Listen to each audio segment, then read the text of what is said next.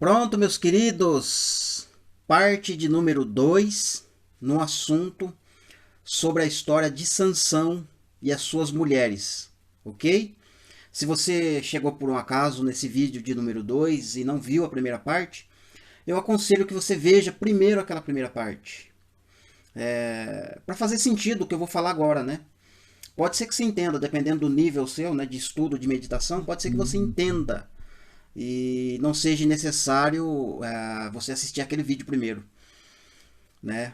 Mas eu aconselho que você veja primeiro o vídeo de introdução, né? Que eu fiz um panorâmico, né? Dentro da história, né? Dos 4 capítulos de Sansão. E hoje a gente vai focar assim um pouquinho sobre a vida, né? Da mãe e do pai de Sansão, né? E um pouquinho sobre o leite e um pouquinho sobre o mel dentro das escrituras.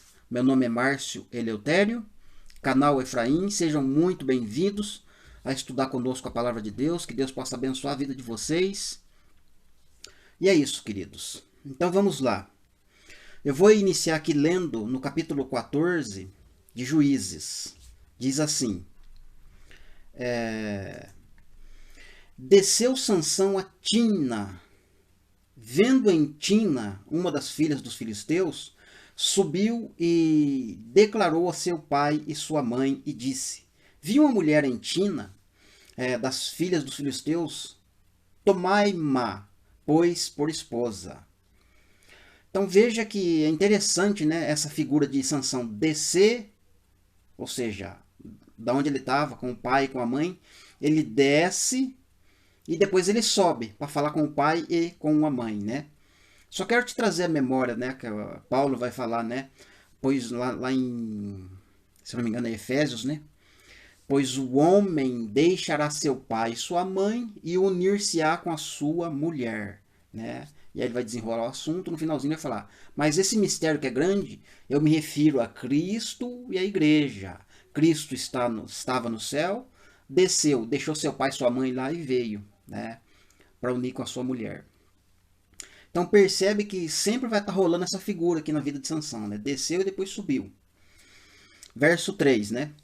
Porém seu pai e sua mãe lhes disseram, né? Não há porventura mulher entre as filhas de seus irmãos? Entre seus irmãos? Ou entre todo o meu povo, para que vás tomar esposa dos filisteus? Daqueles incircuncisos? Então disse Sansão a seu pai: Toma-me esta, porque só desta eu me agrado. Eu acho interessante, né? Olhando assim para Jesus, né? Jesus que consegue visualizar o futuro, né? Ele já tinha ali, quando ele chegou, ele já conhecia a história do povo de Israel, né? Aliás, ele sempre esteve a par, né? Então, na sua presciência, antes dele descer, ele já sabia como que o Israel, 12 tribos, ia ser de coração, né?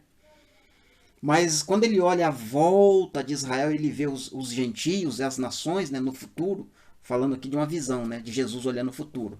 Olha, eu gostei daquela lá, ó. Aquela me agrada, né? Não, mas você tem que pegar dali, das 12 tribos, né? É ali que é o povo escolhido, é ali que eu estou elegendo, o pai e a mãe falando, né? Mas não, mas eu me agradei daquela que está por lá de fora. É interessante, né? Isso entendendo a profecia, tá, queridos? Né? No contexto literal da história, sim, né? Fica estranho, né? Sansão sendo judeu, né? Sendo israelita, se casar com uma gentia, né? Bater no peito e querer convencer o pai e a mãe. Fica estranho, confesso, concordo. Verso 4. Mas seu pai e sua mãe não sabiam que isto vinha do Senhor, pois este procurava uma ocasião contra os filisteus, porquanto naquele tempo os filisteus dominavam sobre Israel. Então Deus estava tramando uma estratégia para tirar o povo das garras, né, dos filisteus, né, livrar o povo. E uma coisa interessante que o anjo vai falar com relação a esse livramento do povo, Sansão, né, esse menino, né, que vai nascer, ele vai começar a livrar o povo de Israel, né? Não significa que ele vai livrar. Assim como os outros juízes, os outros profetas que vieram, né? Eles iniciaram uma obra de iniciar uma obra para tirar o povo, mas quem tira, na verdade, é Jesus, né? Quando ele veio, na verdade, ele ainda está tirando, né? E vai precisar até o dia da vinda dele para poder tirar o povo, né? das garras dos filisteus, né? Essa é a verdade. Então tá bom, vamos lá. Vamos ler mais um pouco para baixo aqui. Desceu, pois, com seu pai e sua mãe Tina, e chegando até uma plantação de uva, eis que um leão novo, bramando, lhe saiu ao encontro.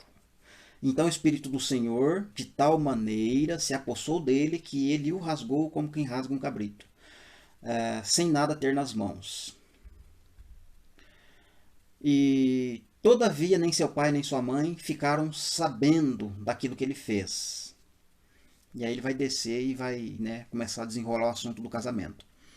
Então observe que, né, Sansão rasgou o leão, seu pai e sua mãe não o soube, né? Mas como que eles não souberam se eles estavam a caminho indo para o casamento, né? Para desposar a moça. Sansão não estava sozinho, né? Então fica meio, entre aspas aqui, esquisito, né? Interessante. Mas vamos adentrar um pouquinho aqui na parte do casamento. Então Sansão vai pedir, né, a mão da moça, o pai vai aceitar, eles vão fazer o acordo lá, vai ter as bodas, a festa. Só que aí o pai da moça, né, não sabia, mas aí vai aparecer 30 convidados, né? Eu não sei se foi, acho que foi o pai da moça que convidou. 30 convidados, né, para a festa das bodas ali, né? Eu durante os 7 dias das bodas do casamento, Sansão, em determinado momento, ele vai propor um enigma para o pessoal, né? Olha, é o seguinte, eu vou propor um enigma aqui. Quem conseguir desvendar, né? Desbloquear, né? Quem souber o significado desse enigma, eu vou dar para essa pessoa 30 vestes festivais e mais alguma coisa lá que eu não me lembro, né? Mas se vocês não ficarem sabendo e ninguém conseguir responder o enigma, aí é vocês quem tem que me dar os presentes, né? As vestes. Então ele propôs lá o enigma, né? Olha, do que come saiu força. Eu esqueci o enigma, né? Do que come saiu força. Não. Do que come saiu comida. E do mais forte saiu doçura. É isso. Do que come saiu comida. E do mais forte saiu doçura. Então a gente sabe que é o leão, né? É do leão que vai sair o mel, que é doce. E é o leão que é o mais forte, né? É o leão que comia, mas virou alimento. Ou seja, virou. Então essa figura do leão se transformar em alimento já fala do leão da tribo de Judá, né? Ele é o nosso cordeiro pascual e é ele quem é o nosso alimento diário, que é a palavra do Senhor Deus, né? Então, do leão de Jesus saiu comida, só que esse leão é o que come, né? Mas o que será que esse leão come, né? Porque o leão animal é predador, mas e o leão Jesus? Ele não é predador, né? É interessante essa pergunta, né? O que Jesus come? O que Jesus vive, né? O que se faz Jesus sobreviver? É uma pergunta difícil, né? E aí o pessoal então da festa fica assim, né? Poxa, né? Eu acredito que seria uma nobreza que estava ali, né, naquela festa, né? Assim, olhando para o lado da ciência, das pessoas que têm cargos importantes na sua cidade, nos seus lugares, né? Poxa, esse cara aí, né? Quem ele pensa que é para fazer um negócio desse pra gente não conseguir decifrar, né? E pra gente não passar vergonha, a gente vai ter que descobrir esse negócio aí pra gente, né, não perder essa, não vamos levar desaforo pra casa não. Então eles vão ameaçar a moça, né, que é a noiva de Sansão. Olha, se você vai lá e descobre esse segredo com seu noivo lá. Se você não descobrir o segredo, não vir falar pra gente qual é o enigma, o segredo, o significado do enigma, a gente vai matar, vai pôr fogo na casa de vocês, vai matar você, seu pai, enfim. A gente vai acabar com vocês, né? Então fez chantagem com a moça. Ela pegou e ficou com medo, foi lá e fez. Falou pra Sansão, chorou pra Sansão, Sansão, é o seguinte, qual que é o segredo aí, né? Aí Sansão vai falar pra ela, olha, mas eu não falei nem pro meu pai, nem pra minha mãe, como que eu vou falar pra você? Né? Só que na verdade, para ela lá na hora não, mas para nós que somos noivos de Cristo, ele está falando para a gente o que é, né? O enigma, né? O significado, né? E o detalhe é que Sansão libera para ela, fala para ela o segredo, ela vai e conta pros caras. Aí os caras No 7º dia da festa, antes do pôr do sol, eles vão falar: "Ó, Sansão, nós descobrimos o enigma, né? O que é mais doce do que o mel? O que é mais forte do que o leão?" E aí Sansão descobriu que a família tinha traído ele, né? Ele descobriu e ficou bravo, né? "Ah, já que vocês, né, oportunaram a minha ovelhinha, não lembro a expressão que ele usa lá, né? Já que vocês ameaçaram ela, né, e a família dela, então agora vocês vão ver só." Aí a palavra vai dizer que o Espírito de Deus vai se apossar de Sansão, ele vai matar aqueles 30 homens, né, muitas pessoas, né? Vai fazer uma grande carnificina, vai matar aqueles homens, né? E vai sair dali, né? Vai sair dali e vai ficar muito furioso e ainda vai tacar fogo na seara dos filisteus, né? Por causa disso, né? Ele vai pegar uma tocha de fogo, vai caçar 300 raposas, olha só, 300 raposas, vai amarrar o fogo entre um rabo e o outro das raposas, né? De maneira, você já viu aquela brincadeira que o pessoal faz de colocar traque, bombinha no rabo do gato? O gato sai correndo, estralando, espirrando, dando faísca para todo lado. É a mesma coisa, ele vai pôr fogo numas tochas, nos fachos, né? E vai amarrar no rabo da raposa. E a raposa vai olhar para trás, vai ver o fogo querendo queimar o rabo da raposa. A raposa vai correr. E aquele monte de raposa, 300, do meio da seara. E lá o texto vai dizer que queimou tanto a plantação que estava para ser colhida, como as que já tinham sido colhidas, né? Queimou. E isso tem um significado para o tempo do fim. Quando Jesus for fazer a colheita, né? E for separar o trigo do joio, né? O joio que tiver vivo vai ser jogado no fogo, né? Depois, mais para não no mesmo momento, mas mais para frente, lá no final do milênio, no trono branco, alguns joios vão ressuscitar e vão ser jogados no fogo também, entende? Vai ser queimado no fogo. Então são 2 etapas, né? Então as raposas vão queimar, essas raposas vão queimar o trigo que estava para colher, mas também vai queimar o trigo, o cereal que já tinha sido colhido, entende? Então são 2 momentos diferentes numa só queimada lá. E aí o pessoal fala: "Mas quem será que fez isso?" "Ah, o pai da moça fala: "Foi o Sansão. Vocês me ameaçaram, vocês fizeram chantagem comigo, ele foi lá e queimou a plantação de vocês, né? Como é que fala? Ele tá vingando de vocês. É isso que ele fez." E aí o pai da moça, com medo, pegou e ainda entregou a mulher que era para ser esposa de Sansão para um outro cara, né? Figura do anticristo, né? Na verdade, até esqueci dessa parte, né? Essa parte de dar a mulher de Sansão para outro cara foi antes dele queimar a plantação, inclusive, né? E dá certinho com o tempo do fim. Então, quando ele ficou bravo porque eles ameaçaram a noiva dele para contar o segredo, ele saiu, né? Ele saiu daquele lugar, ele não ficou com ela, né? Ele foi embora porque ele ficou bravo, ficou irado, né? Saiu dali muito bravo. E aí o pai da moça pegou e falou assim: "Olha, já que agora vocês ameaçaram ela e ele ficou bravo, ele não vai querer mais se casar com a minha filha. Eu vou dar ela para outro, né?" E aí a Filisteia que Sansão tanto gostava foi entregue para outro, né? Então isso é uma figura do anticristo no tempo do fim, né? Possuindo a noiva de Jesus. Por isso ele vai ficar bravo, né? Os que vão receber a marca da besta vão se apostatar, né? Mas pertenciam ao corpo de Cristo, né? São pessoas que pertenciam, iam fazer parte, né? Então por isso vai vir esse castigo também, né? E aí ele vai fazer esse movimento que eu falei na plantação dos filhos teus. Ele tacou fogo na seara dos filhos teus. E agora eu quero ler alguns textos com vocês. A gente vai falar um pouquinho da mãe e do pai de Sansão agora, sobre o significado. A gente vai falar de mel e de leite.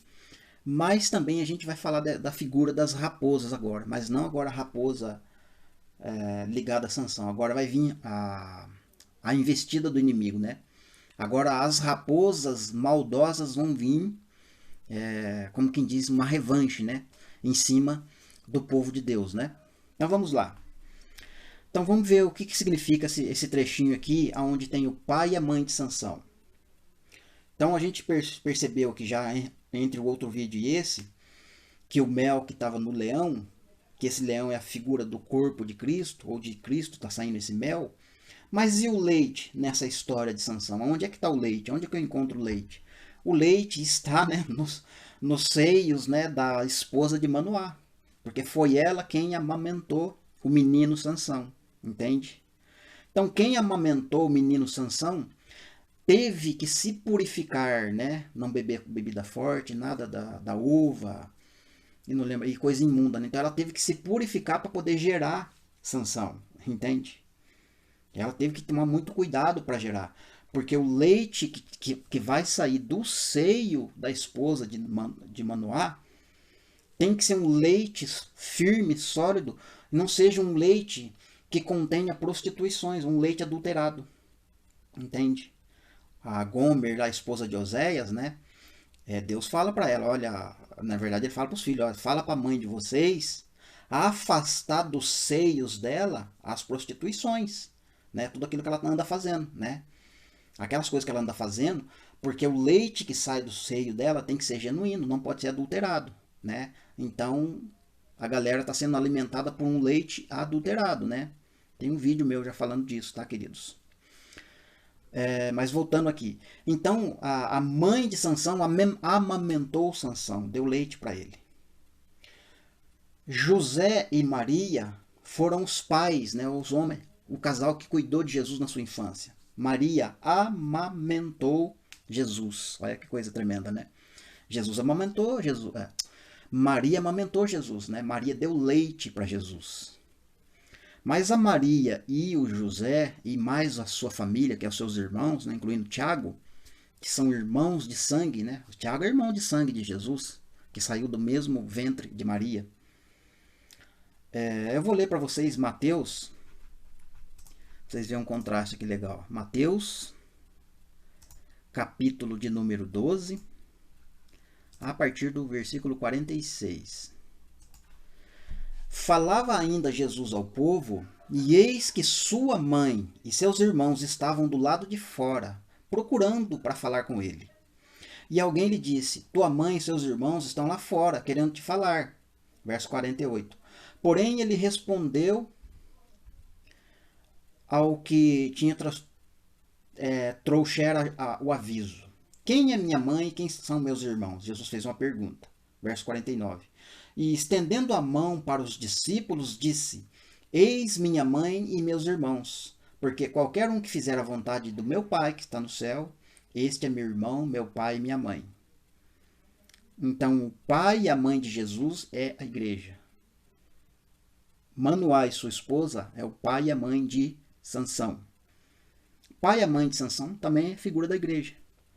A igreja, na maior parte dela, quando eu disse lá no vídeo anterior, que é 80% que não comeu leite, não come leite, não vai tomar leite, né? Eles não sabem do mel, né? Jesus não falou para eles, né? Por exemplo, o ladrão da cruz foi salvo. Ele não tomou leite e nem comeu mel, porque não deu tempo, entende? Você vê que ele aceitou ali Jesus na hora da sua morte. Então, existem pessoas que nem o leite quase ela vai tomar. Assim como pessoas vão ter sua vida inteira só no leite, né? Não é errado, só vai tomar leite. Essas pessoas que ficou só no leite não tem noção do mel, não sabe que existe o mel, o que significa mel. Então, Sansão, que é Jesus, olha, não falei nem para meu pai nem para minha mãe, né? Da onde que saiu o mel? Não deu tempo, não consegui. Percebe? Vamos para outro texto, né? Cântico dos Cânticos ou Cantares, capítulo 2. Capítulo 2, verso 14 e 15. Diz assim, ó: pomba minha que anda pela fenda das rochas dos penhascos, nos esconderijos das rochas escarpadas, mostra o teu rosto e me faz ouvir a tua voz, porque a tua voz é doce e o seu rosto é amável. Aqui está uma resposta para a gente, né? O que será que Jesus come? Jesus também come mel, né? Porque ele está dizendo que a voz da sua esposa é doce para ele. É mel na boca dele. Tá? É uma resposta, né? Cantares, capítulo 4. Vamos avançar. Cântico dos Cânticos, capítulo 4. Do 7 até o 11 a gente vai ler. Tu és formosa minha, querida minha. e em ti não há defeito, né? Então, no corpo de Sansão, olhando lá dessa forma, não tem defeito. Verso 8: Vem comigo do Líbano, noiva minha, vem comigo do Líbano e olha para o monte Abana, olha lá para o monte Seir, e também olhe para o monte Hebron, Hermon. Olha lá para aquela região onde estão o covil dos leões e dos montes dos leopardos. Descer mais um pouco aqui que tá. O notebook está travando. Arrebataste o meu coração, minha irmã, noiva minha. Arrebataste o meu coração com um só dos teus olhares e com uma pérola só do teu colar. Verso 10, né? Que belo é o teu amor, ó irmã minha. Você veja que Jesus chama de noiva e de irmã, né? E vai ter momentos que ele vai falar de mãe e pai, que é a família, né? Ele está olhando para uma família sendo esposa dele. Assim como a Maria e José, que é mãe de Jesus, tiveram que gerar Cristo espiritualmente na sua vida, né? Ainda que eles amamentaram fisicamente, cuidaram de Jesus na sua infância na literalidade, mas eles precisaram gerar Cristo neles. Esse Nazareno precisou ser gerado neles, assim como Manoá e sua esposa, né? Tiveram que gerar, se purificar e ficar preparado para cuidar de Sansão, né? Porque falava de coisas grandes, né? Que belo é o teu amor, ó irmã minha, noiva minha. Quanto melhor é o teu amor do que o vinho. Então, outra coisa que Jesus gosta, ele gosta do amor nosso para ele. Ele se alimenta disso, né? E esse amor nosso para com ele é melhor do que o vinho. E ele foi proibido de beber vinho, bebida forte, né? Quanto melhor é o teu amor do que o vinho, e o aroma dos teus ungüentos do que toda sorte de especiarias. Verso 11. Os teus lábios, ó noiva minha, destilam mel. Então, dos lábios da esposa vai sair mel. Então, o mel sai da boca da igreja. Lembra que eu falei que fala do alimento sólido? Mas não são todos que vão liberar doçura, liberar mel da sua boca para Jesus. Mel e leite se acham debaixo da tua língua. Então, na boca da igreja, tem mel e tem leite. Entende? Os dois. A abundância é maior na parte do leite, né? O corpo é maior, mais por leite do que por mel. Tem que ter um propósito nisso, né? Eu ainda não sei qual é. E a fragrância dos teus vestidos é como a do Líbano. Tremendo, né? Salmo de número 81. Vamos para lá. Agora é um verso rapidinho. Só o notebook que não está rapidinho. Salmo 81. Apenas um versículo. O último versículo do Salmo. Eu o sustentaria com um trigo mais fino e o assaciaria com o mel que escorre da rocha. Pedra não sai mel. Da pedra não sai mel. Mas se a abelha se esconder na fenda da rocha, como hoje não vai dar, né? Mas em outro momento a gente vai ver as abelhas que estão na terra da Síria, vão voar e vão vir na fenda das rochas, vai vir nos vales, nos montes, né? Esses pontos que estão sendo destacados na profecia, né? E o salmista aqui está falando, né? Primeiro ele fala da vingança de Deus contra os inimigos, né? Fala de como que vai ser a alimentação dos inimigos e como que vai ser a alimentação dos fiéis, dos servos, né? Da igreja, que vai ser saciado com o mel que vai escorrer da rocha. Cântico dos Cânticos de novo, capítulo 5. Capítulo 5, versículo 1. Eu já entrei no meu jardim, minha irmã, noiva minha. Já colhi da minha mirra com especiaria. Já comi do meu favo de mel. Já bebi do meu vinho com o leite. Já comei, aliás, comei e bebei, amigos. Bebei fartamente, ó amados. Qual a diferença nesse verso aqui? Esse verso aqui, Jesus já veio. Segunda volta dele, ele já veio, ele já está na terra. Lá na última ceia, na noite que ele foi traído e se tornou o Cordeiro Pascal e morreu, lá ele disse, olha, queridos, né? Façam isso em memória de mim, comam e bebam até que eu volte. Porque jamais eu vou tomar desse vinho, desse fruto da vide, até que eu volte, né? Quando eu voltar no reino de meu pai, lá eu vou beber desse vinho com vocês. E aqui tá. Já entrei no meu jardim, minha irmã, noiva minha, já colhi da minha mirra, da minha especiaria, já comi do meu favo de mel, já bebi do meu vinho, só que o nazareno não pode beber vinho, né, no período do seu voto, né? Então Jesus, desde quando ele nasce até ele voltar nesse período, ele não pode beber vinho, né? Ele tomou lá na noite da ceia, mas foi para dar cumprimento na Páscoa e no que refere a dízimo, né? É um assunto novo, não. É mais profundo ainda, que tem que ser feito em outro vídeo. Não dá para falar aqui, né? Então ele tomou só para cumprimento de profecia, mas continuamente como nós, né? Só quando ele voltar. E aí ele fala, come e bebe fartamente, né? Amigos e amados, bebei fartamente. Então teve um corte aí, queridos, porque parou de gravar ali de novo, né? Tava procurando um salmo aqui, mas já encontrei e já ficou na outra parte lá. Agora a gente vai para Isaías capítulo 7. A gente vai depois em outro vídeo se aprofundar mais em Isaías também, tá? Hoje é só para tratar do assunto do mel e do leite aqui, ó. Isaías capítulo 7, verso 15, que vai dizer assim, né? Ele quem? O Emanuel, né? O assunto aqui é Emanuel. Ele comerá manteiga e mel quando souber desprezar o mal e escolher o bem. Quando é que a criança, o Emanuel, se tratando não de Jesus, mas do corpo de Cristo, de nós, quando é que nós vamos saber desprezar o mal e escolher o bem? Quando é que a gente vai ter esse discernimento? Quando é que a gente vai ficar adulto de verdade para poder, né, cumprir essa profecia? Quando o menino for desmamado, entende? Então, tem alguns meninos que mamam. Perdoa, queridos, mas eu não consigo não rir nessa situação. Então vai ter cristão que vai mamar a vida inteira e não vai desmamar, infelizmente, ou felizmente, porque tem propósito para tudo. Já tem outras pessoas que desmamam rápido. Já passa para o alimento sólido rápido, vai para o mel mais rápido. Outros demoram um pouco mais, é que nem eu falei. É raridade ver alguém, né, desmamado e tomando mel, entende? São poucos, né? Então o menino, né, vai escolher o bem, vai escolher o caminho correto, vai discernir as coisas quando ele for desmamado, sair do leitinho e partir para o alimento sólido. E ali ele vai ter mais compreensão, mais entendimento, entende?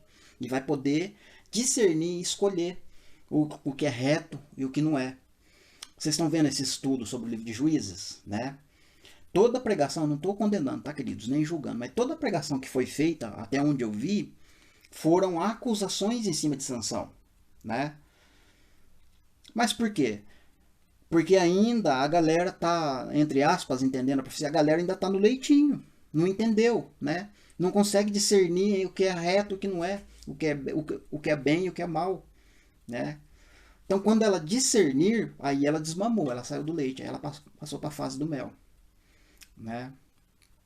Mas não quer dizer que essa pregação, né, eu vou esnobar ela e falar assim, eu vou descartar e vou jogar fora, que não serve para nada, já que, né, não estou discernindo o certo e errado.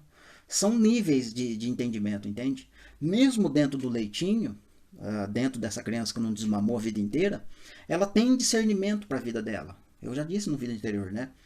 Para escolher o bem e o mal, mas num nível mais inferior, né?